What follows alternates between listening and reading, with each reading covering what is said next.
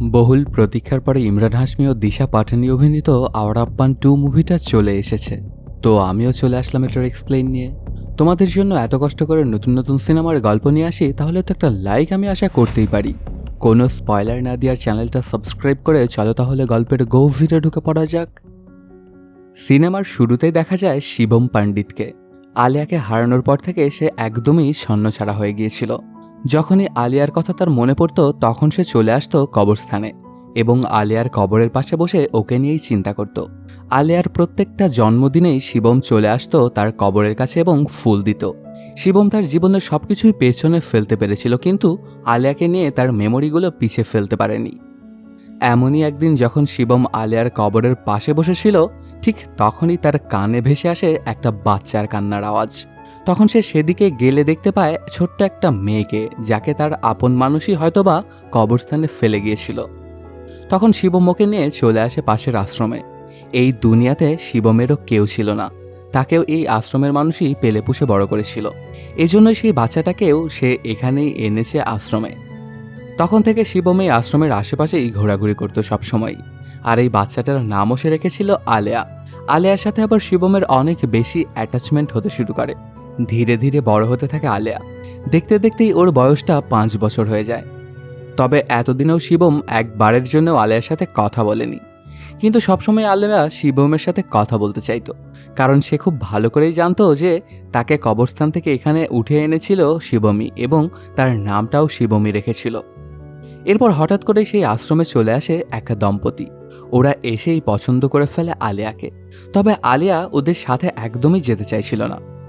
এজন্য সে চলে যায় শিবমের কাছে এবং তার সাথে ব্যাপারটা নিয়ে কথা বলে এবং তার সাথেই থাকতে চায়। কিন্তু শিবমকে জানায়, পরিবার ছাড়া জীবনযাপন করা খুবই কঠিন, কারণ আমি পরিবার ছাড়াই থেকেছি, তো আমি সবকিছু খুব ভালোভাবেই জানি। এজন্যই আমি চাইছি যে এই পরিবারটার সাথে তুমি থাকো। শিবমের মুখে এসব কথা শুনে আলিয়া ওর কথাগুলো মেনে নেয় আর সবাইকে বিদায় জানিয়ে সেই পরিবারের সাথে চলে যায়। যেতে যেতে শিবমকে বলে যায়, আমি যখনই তোমাকে ডাকবো তোমার কিন্তু আসতে হবে আমার কাছে। শিবমও তখন ওকে হ্যাঁ বলে। তবে এখান থেকে আলিয়া যাওয়ার পর থেকেই শিবম একদমই ভেঙে পড়েছিল। তার কেন যেন মনে হচ্ছিল আলিয়া ওর কাছে থেকে অনেক দূরে চলে গেছে। নিজের নর্মাল লাইফটাও সে কাটাতে পারছিল না। এই ব্যাপারগুলো যেন একদমই মেনে নিতে পারছিল না শিবম। এজন্য শিবম এখান থেকে দূরে যাওয়ার ফয়সালা করে। যখন সে একটা ট্রেনে করে যাচ্ছিল তখনই ওর কাছে চলে আসে এক ইন্টারপোলের এজেন্ট। ওনার নাম সমর। এখানে জানা যায় এই ইন্টারপোলের এজেন্টটা শিবমের সম্পর্কে অনেক কিছু আগে থেকেই জানতো। শিবম প্রথমে কার হয়ে কাজ করতো এবং 6টা গুলি লাগার পরেও সে কিভাবে এখনো বেঁচে আছে এই সব কিছু সম্পর্কেই জানতো সমর। সমর চাইছিল যে শিবম তার একটা কাজ করে দিক, কিন্তু শিবম ওকে জানায়, আপনি যে শিবমের কথা বলছেন সে অনেক আগেই মারা গেছে, এজন্য সে আপনাকে কোনো সাহায্যই করতে পারবে না। তখন সমর অবশ্য এমন কিছু কথা বলে যেগুলো শোনার পরে শিবম একদম পুরোপুরি ভেঙে যায়। আলিয়াকে যারা বাবা মা সেজে নিয়ে গিয়েছিল তারা আসলে কোনো বাবা মাই নয়, ওরা ছেলেপেলেদেরকে এভাবে নিয়ে গিয়ে বিদেশে বিক্রি করে দিত। কিন্তু একটা অপারেশনের সময় ওদের দুইজনকেই মেরে ফেলা হয়েছিল। তবে যতক্ষণ ওদেরকে মারা হয়েছিল ততক্ষণে আলিয়াকে তারা বিক্রি করে দিয়েছে এবং আলিয়া এখন পৌঁছে গেছে ব্যাংকক। তাকে শুধু একাই পাঠানো হয়নি, ওর সাথে আরও আশেপাশের বিভিন্ন দেশ থেকে 40 থেকে 50 জন বাচ্চাকে কিডন্যাপ করা হয়েছিল এবং পাঠানো হয়েছিল ব্যাংকক। এগুলো শুনে শিবম আর দেরি করে না এবং আলিয়াকে বাঁচানোর জন্য ব্যাংককে এসে পৌঁছে। আসলে ওর সকল ব্যবস্থাই করে দিয়েছিল সমর। তবে সে সাথে এটাও জানায় যে যদি সেখানে গিয়ে সে ধরা পড়ে যায় তখন কিন্তু সমর এটা বলে দিবে যে তার সাথে কোনো সম্পর্কই নেই সমরের। সে এখানে সবার সম্পর্কে এক এক করে বলতে শুরু করে। সবার প্রথমে এই দলের লিডার অমৃতের সম্পর্কে জানায়। সেই এই সকল ব্যাপার স্যাপার সামলায়। ওরা মূলত নেশা জাতীয় দ্রব্যের ব্যবসা করত, কিন্তু অমৃতের ছেলে জোরাবর বাচ্চা পাচারের কাজ করত। সকল বাচ্চা এর কাছে ছিল এবং ওদেরকে বিক্রি করে দিতে চাইছিল জোরাবর। সে আসলে খুবই ভয়ঙ্কর এবং জঘন্য একজন মানুষ। সে নিজের কাজের জন্য যাকে ইচ্ছা তাকে মেরে ফেলতে পারে। এরপর অমৃতের রাইট হ্যান্ড ম্যান জয়দীপের সম্পর্কে বলা হয়। সে ছিল আসলে অমৃতের বডিগার্ড স্বরূপ। সবসময় ওকে বিভিন্ন জায়গা থেকে বাঁচিয়ে আসতো জয়দীপ। অনেক আর একটা অমৃত পর্যন্ত পৌঁছাতেও দিত না সে। আরও 2জন লোক ছিল ওদের গ্যাংয়ে। একজনের নাম ছিল মাহমুদ আর আরেকজনের নাম ছিল চেঙ্গিস। মাহমুদের কাজ ছিল ওদের অ্যাকাউন্ট দেখাশোনা করা, আর চেঙ্গিস ওদের বাহিনীটা সামাল দিত। এরা 4জনই খুবই ভয়ঙ্কর এবং জঘন্য টাইপের মানুষ। কারো ওপরে কোনো দয়া দেখাতো না এরা। যদি কাউকে মারতে হতো তাহলে চোখ বন্ধ করেই ওদেরকে মেরে ফেলতো। এর পরপরই অমৃতের দ্বিতীয় ছেলের সম্পর্কে জানা যায়। ওর নাম সিকান্দার। তার মস্তিষ্ক অন্য মানুষের থেকে একটু আলাদাভাবে কাজ করত। সে পুরোপুরি বাচ্চার মতোই থাকত। বয়স বাড়ার সাথে সাথে ওর মস্তিষ্ক একদমই বাড়েনি। এর পরে দেখানো হয় অমৃতের মেয়ে জারাকে। সে অনেক বেশি সুন্দরী এবং অনেক ইন্টেলিজেন্টও। মিউজিক প্লে করা ছিল তার খুবই পছন্দের। পরের দৃশ্যে নাফিসা নামের এক গ্যাংস্টারকে দেখা যায়, যার সাথে ঝামেলা ছিল আবার অমৃতের। নাফিসারও অনেক বড় একটা গ্যাং আছে। নাফিসা এবং অমৃতের মধ্যে একদমই বনিবনা হতো না, এজন্য সবসময় ওদের মধ্যে ঝামেলা লেগেই থাকত। এর পরপরেই দেখা যায় জোরাবর আবার তার বাবার গদিতে বসতে চাইতো। সে চাইতো যে এখন সব কাজ সে নিজে একাই সামাল দিবে, কিন্তু বাবা তখন ওকে জানায়, যতদিন পর্যন্ত আমি বেঁচে আছি ততদিন তোর এই স্বপ্ন কোনো দিনও পূর্ণ হবে না। আসলে তিনি জেনে গিয়েছিলেন যে ওর ছেলে বাচ্চা কেনাবেচার কাজ করত। আমি বেঁচে থাকতে তোকে এই কাজগুলো আমি কোনো দিনও করতে দেব না। এই কথাটা শুনে জোরাবর খুব ভালোভাবেই বুঝতে পেরেছিল যে তার বাবা বেঁচে থাকলে তার কোনো কিছুই হবে না। এজন্য জোরাবর তার বাবাকেই মেরে ফেলে। আর সেটাকে সে এভাবে প্রদর্শন করে যেন অ্যাক্সিডেন্ট হয়েছে ওর বাবার। দেখে এমনটা মনে হচ্ছিল যেন অমৃত সিঁড়ি থেকে পড়ে গেছে। তখন সেখানে থাকা সবাই ওখানে দৌড়ে চলে আসে। সবাই ব্যাপারটাতে অনেক কষ্ট পেয়ে যায়, কারণ অমৃত ছিল তাদের অনেক খাস লোক। জোরাবর আবার এখানে উদাস হওয়ার নাটকও করছিল। এরপর যেদিন অমৃতের শেষ কার্য সম্পন্ন করা হয়েছিল তখন সেখানে কিছু গুন্ডা তাদের উপরে অ্যাটাক করে বসে। ওদের মধ্যে শুরু হয়ে যায় তুমুল গোলাগুলি। এখন কোনোভাবে সিকান্দার এবং জারাকে এখান থেকে বের হওয়ার প্রয়োজন ছিল। তখন দৌড়াতে দৌড়াতে ওরা রাস্তাতে চলে আসে এবং একটা ট্যাক্সি খুঁজে পায় এবং সেটাতে উঠে বসে একটা জায়গায় নিয়ে যেতে বলে। এই ট্যাক্সিটা চালাচ্ছিল আসলে শিভম। কিছুক্ষণের মধ্যে দেখা যায় ওই গুন্ডা পান্ডাগুলো এদের পিছা করতে শুরু করে আবারও। তখন শিবম ওদেরকে বাঁচানোর অনেক চেষ্টা করে। সবাই তো ওদের উপরে গোলাগুলি চালাচ্ছিল, কিন্তু শিবম শেষে এমন একটা কাজ করে বসে এবং ওদেরকে বাঁচিয়ে নেয়। এরপর ওদেরকে নিয়ে চলে আসে একটা জায়গাতে। সেখানে গিয়ে সবার উপরে চিল্লাচিল্লি করতে শুরু করে দেয় জোরাবর। সিকিউরিটির জিম্মাদারি যার ওপরে ছিল তার ওপরে প্রচণ্ড ক্ষেপে যায় জোরাবর। ওরা যেখানে শেষ কার্য করতে এসেছিল এটা তো অন্য কেউই জানতো না, শুধু এই সিকিউরিটিতে থাকা লোকটাই জানতো। সে এজন্য মনে মনে ভাবছিল ওদের সিকিউরিটির দায়িত্বে থাকা লোকটাই এই কাজটা করেছে, তার জন্য ওকে মেরে ফেলে। এই ব্যাপারটাতে একটা জিনিস তো সাফ হয়ে যায় যে জোরাবর অমৃতের জায়গাটা এতদিনে নিয়ে নিয়েছিল। সে নিজেই ডিসিশন নিতে পারছে এখন। পাশেই দেখা যায় দাঁড়িয়ে আছে শিবম। সে হঠাৎ করেই বলে ওঠে, আমার যে ভাড়াটা হয়েছে সেটা আমাকে দিয়ে দাও, আর আমার গাড়ির যে ক্ষয়ক্ষতি হয়েছে সেটা আমাকে দিয়ে দিলে আমি এখান থেকে চলে যাব। ওর এই কথাটা শুনে ওর ওপরে চড়াও হয় কয়েকজন এবং গোলাগুলি করতে শুরু করে। তখনই ব্যাপারটা দেখে জোরাবর বুঝতে পারে যে এই লোকটা তাদের দলে প্রয়োজন, কিন্তু তার আগে থাকা পাস্টটা চেক করে নিতে হবে। সেখান থেকে শিবম যখন চলে যেতে থাকে তখন যারা ওকে ধন্যবাদ জানায় তাদেরকে বাঁচানোর জন্য। এরপরেই দেখা যায় একটা জায়গাতে স্ট্রিট ফাইট হচ্ছিল। সেখানে শিবমও জয়েন করে। এখানে অনেক পালোয়ান লড়াই করছিল। প্রথমে তো শিবম অনেক মার খেতে থাকে। ঠিক তখনই সেখানে চলে আসে যারা। তারপর শিবমের গায়ের শক্তি যেন অনেক গুণে বেড়ে যায় এবং পালোয়ানটাকে অনেক বাজেভাবে মারতে শুরু করে দেয় শিবম। ফাইটের শেষে শিবমের হাতে একটা চিরকুট এসে পৌঁছে, যেটা যারা দিয়েছিল। সেখানে লেখা ছিল অনেকটা এমন, আমাদের ঝামেলা থেকে দূরে থাকাটাই তোমার জন্য উত্তম হবে। অন্যদিকে দেখা যায় জোরাবর এবং তার লোকজন মিলে শিবমের সম্পর্কে সবকিছু জেনে গেছে। ওর পুরো নাম শিবম পণ্ডিত, আর সে আগে মালিক নামের এক গ্যাংস্টারের জন্য কাজ করত, কিন্তু এখানে এসে ট্যাক্সি ড্রাইভার হয়ে গিয়েছিল শিবম। তবে এখন জোরাবর চাইছিল যে শিবম যেন তার হয়ে কাজ করে। এজন্য জয়দীপ এবং মাহমুদ চলে আসে শিবমের সাথে দেখা করার জন্য, আর গিয়ে ওকে বলে, তোমাকে আমাদের একটা কাজ করে দিতে হবে। ওকে অবশ্য একটা লোকেশনও দেয় এবং সেখান থেকে ওমর নামের একজনকে নিয়ে আসতে বলে। তখন শিবম তাড়াহুড়ো করে সেই জায়গাতে চলে যায় এবং সেখানে যখন সে গিয়ে পৌঁছে তখন বুঝতে পারে এখানে এরা আসলে নেশাজাতীয় দ্রব্যের ধান্দা করে, আর এখানকার মানুষগুলো ছিল অনেক ভয়ঙ্কর। তারপর ওরা একে একে করে শিবমের ওপরে অ্যাটাক করে বসে। আসলে জোরাবর এখানে এটা চেক করতে চাইছিল যে শিবম তাদের গ্রুপে জয়েন করার যোগ্য কিনা, এজন্য তাকে নাফিসার আড্ডা থেকে পাঠিয়ে দিয়েছিল।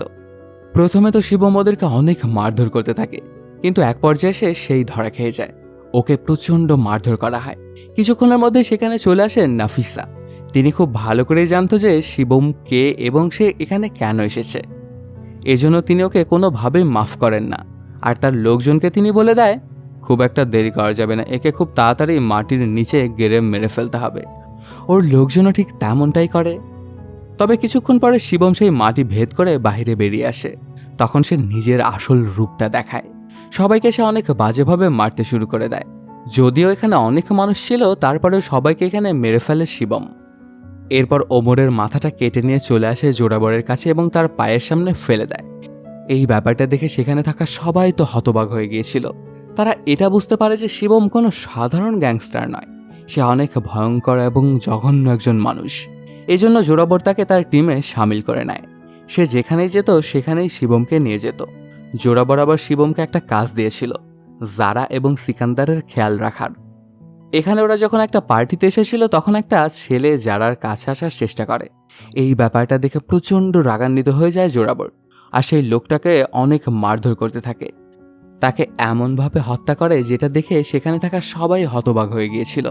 সবাই এটা বুঝতে পারছিল যে জোরাবর একটা পাগল মানুষ, যে কোনো কথাতেই সে মানুষকে মেরে ফেলতে পারে।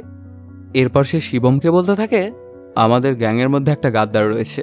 তো সে শিবমকে এই কাজটা দেয় যেন সে গাদ্দারটাকে খুঁজে বের করে, কারণ জোরাবর এখন একটা অনেক ইম্পর্টেন্ট ডিল করতে যাবে। এই ডিলটা তার জন্য খুবই জরুরি ছিল। আসলে এই ডিলটা ওই বাচ্চাদের ছিল, যেটা বড় মাপের একটা গ্যাংস্টারের সাথে করতে যাবে। কিন্তু এই ব্যাপারটা সম্পর্কে শিবমকে কিছুই বলে না জোরাবর। এরপরেই দেখা যায় জোরাবর আবার চলে আসে জারার কাছে। তখন যারা ভায়োলিন বাজাচ্ছিল। এই পর্যায়ে সেখানে গিয়েই নাচতে শুরু করে দেয় জোরাবর, আর বলে, তোমার এখন থেকে আমাদের সাথে কাজ করা উচিত।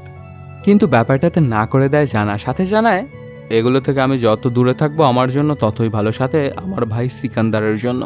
সে কয়েকটা কড়া কথাও শুনিয়ে দেয় জোরাবরকে। এই ব্যাপারগুলো আবার জোরাবরের কাছে একদমই ভালো লাগেনি। তখন সে অনেক রাগান্বিত হয়ে যায় এবং ওর ভায়োলিনটাই ভেঙে ফেলে। এই ব্যাপারগুলো আবার পাশ থেকেই দেখছিল শিবম। এগুলো দেখে সে খুব ভালোভাবে বুঝে গিয়েছিল যে জোরাবর তার ভাই বোনদের পরোয়া করে না। পরদিন সকালবেলাতেই শিবম চলে যায় জারার কাছে।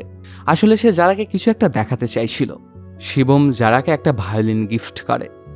এই ব্যাপারটা দেখে তো খুবই খুশি হয়ে গিয়েছিল জারা। ব্যাপারটাতে যারা এতটা খুশি হয়ে গিয়েছিল যে সে নিজেকে আর ধরে রাখতেই পারে না এবং জড়িয়ে ধরে শিবমকে। এগুলো দেখে বোঝা যায় ওরা দুজনে এক অপরের কাছাকাছি চলে এসেছে। এরপর থেকে ব্যাপার স্যাপার এমনভাবে মোড় নিয়েছিল যেখানে বোঝা যায় দুজনে ওরা একে অপরকে ভালোবাসতে শুরু করে। জারার এই সকল ব্যাপার স্যাপার আবার শিবমকে আলেয়ার কথাটা মনে করিয়ে দেয়। শিবম এই ব্যাপারগুলো খুবই এনজয় করছিল এবং সে জারার কাছে আসতে থাকে। সেদিন সন্ধ্যাবেলাতেই শিবমের কাছে চলে আসে সমর। তিনি এসেই জানায়, আজকে রাতেই নাফিসার সাথে দেখা করতে একজন আসবে। ওরা আসলে একটা ইম্পর্টেন্ট ডিল সম্পর্কে কথা বলতে চায়। এই কথাটা শোনার পরপরই শিবম চলে আসে নাফিসার কাছে এবং দেখতে থাকে যে তার কাছে দেখা করতে কে আসতেছে। কিছুক্ষণ পরেই দেখা যায় নাফিসার সাথে ডিল করতে এসেছিল জারা। সে এখানে গিয়েই নাফিসাকে জিজ্ঞেস করে, আমাদের ওপর তুমি কেন হামলা করিয়েছিলে? তখন নাফিসা ব্যাপারটা বলে সেটা কোনোভাবেই বিশ্বাস করতে পারছিল না জারা। সে জানায়, ওই হামলাটা আসলে আমি করাইনি, করিয়েছিল শিবম, কারণ সে তোমাদের কাছাকাছি আসতে চাইছিল। কথাটা শোনা অনেক বড় মাপের একটা শক খেয়ে যায় জারা। কোনোভাবেই যেন সেই কথাটা বিশ্বাস করতে পারছিল না। সে মনে মনে ভাবছিল যে নাফিসা তার সাথে হয়তো বা মিথ্যে কথা বলছে। এই জন্য যারা সেখান থেকে চলে যেতে থাকে। তখন সে খেয়াল করে দেখতে পায় কেউ একজন ওর পিছা করছিল। ভালো করে তাকে এসে দেখতে পায় এটা আসলে শিবম। তখন শিবম ওকে বলে, তোমাদের গ্যাংয়ে একটা গাদ্দার রয়েছে, কিন্তু আমি এটা জানতাম না যে, বা কখন আমি এটা চিন্তাও করতে পারিনি যে গাদ্দারটা আসলে তুমি। তখন জারা ওকে বলে, আমিও জেনে গেছি তুমি এখানে কেন এসেছো, কেনই বা আমাদের গ্যাংয়ে তুমি যোগ দিয়েছো। তখন শিবম তাকে সকল সত্য কথাগুলো বলে দেয় যে আলেয়ার কথা আমি তোমাকে বলেছিলাম, সে আসলে একটা ছোট্ট বাচ্চা। আলেয়ার মতো আরও 40-50 জন বাচ্চাকে এখানে ধরে আনা হয়েছে, আর সেই কাজটা করেছে তোমার ভাই জোরাবর। তাদেরকে বাঁচানোর জন্য আমি যে কোনো কিছুই করতে পারি, যে কাউকে আমি মেরে ফেলতে পারি। তখন অবশ্য যারা তার সত্য কথাটাও বলে দেয় শিবমকে। আমি চাই যে নাফিসা আমাদের পুরো বিজনেসটা টেক ওভার করে নিক, তবে যেন জোরাবরের কিছু না হয়। আমি শুধু এটুকুই চাই যে আমার পরিবারের সাথে ভায়োলেন্স ছাড়া জীবনযাপন করতে। এই কথাটা শুনে শিবমকে আশ্বাস দেয়, জোরাবরের কিছু হবে না, আর তোমার পরিবারকেও আমি এক করে দিব। তুমি যেটা চাও আমি তোমাকে ওটা দিয়েই তারপর দম নিব। এরপর শিবম জোরাবরকে এমন একটা কথা বলে যেটা শুনে একদম হয়রান হয়ে যায় জোরাবর। আসলে ওই গাদ্দার সম্পর্কে বলে শিবম জোরাবরকে। মাহমুদকে এখানে গাদ্দার বলে অভিহিত করে শিবম।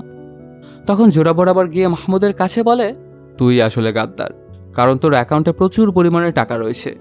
তুই আমাদের ব্যবসায় হেরফের করে টাকাগুলো তোর নিজের অ্যাকাউন্টে ঢুকিয়ে নিস, সাথে নাফিসাও তোকে অনেক পরিমাণ টাকা দেয়। আমি যে গাদ্দারকে খুঁজতেছিলাম সেটা আসলে তুই। মাহমুদ তখন ওকে জানায়, বিজনেসের অ্যাকাউন্টে আমি হেরফের করে এই কথাটা সত্য, কিন্তু নাফিসার থেকে আমি একটা টাকাও আজ পর্যন্ত নেইনি। এটুকু কথা শোনায় জোরাবরের জন্য যথেষ্ট ছিল। সাথে সাথেই সে মেরে ফেলে মাহমুদকে। তার কাছে গাদ্দারের শুধু একটাই সাজা, সেটা হচ্ছে মৃত্যু।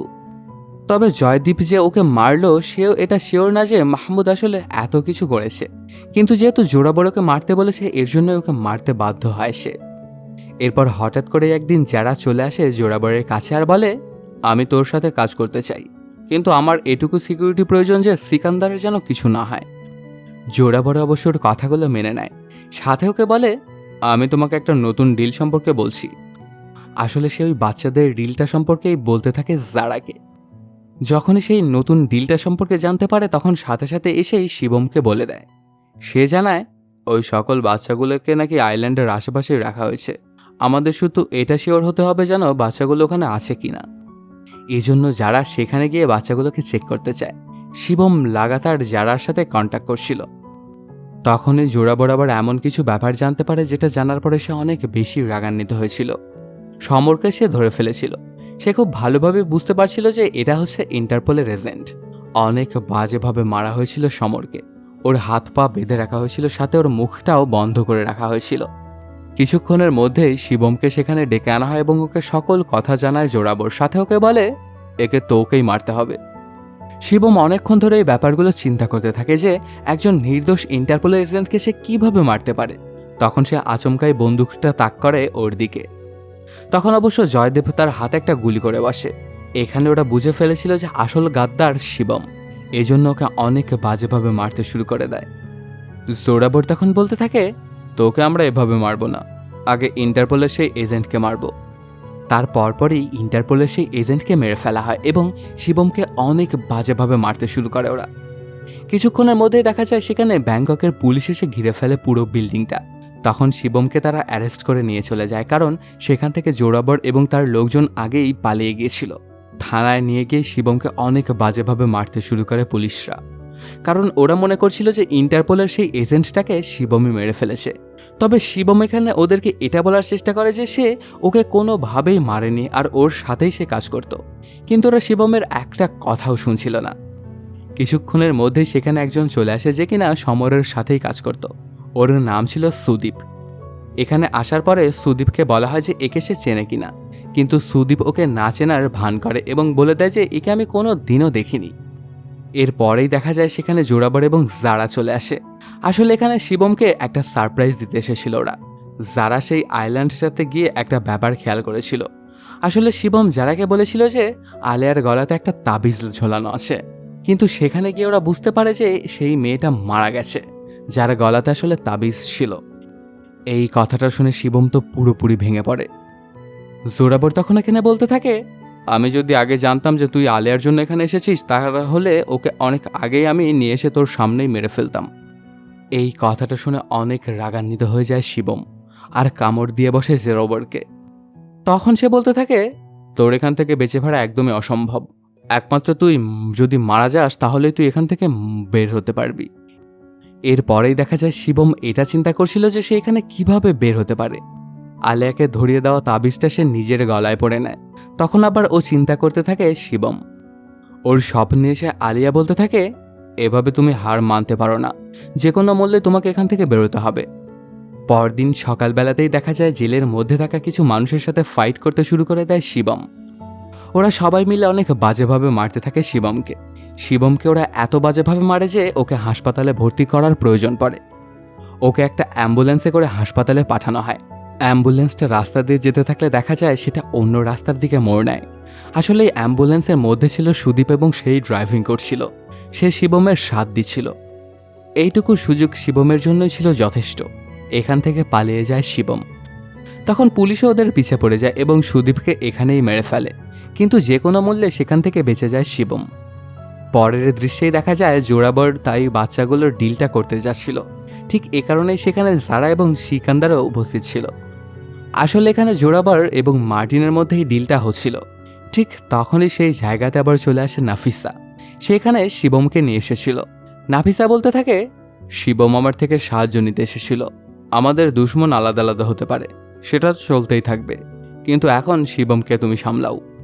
তখন শিবমকে এদের হাতে তুলে দিয়ে সেখান থেকে চলে যায় নাফিসা। এরপর জয়দীপকে বলে, এই ডিলটা কিন্তু আমাদের জন্য খুবই বেশি গুরুত্বপূর্ণ। ততক্ষণ এখানে মার্টিন এসে পৌঁছে। শিবমের সাথে যে কি করতে হবে সেটা তুমি আমার উপরে ছেড়ে দাও।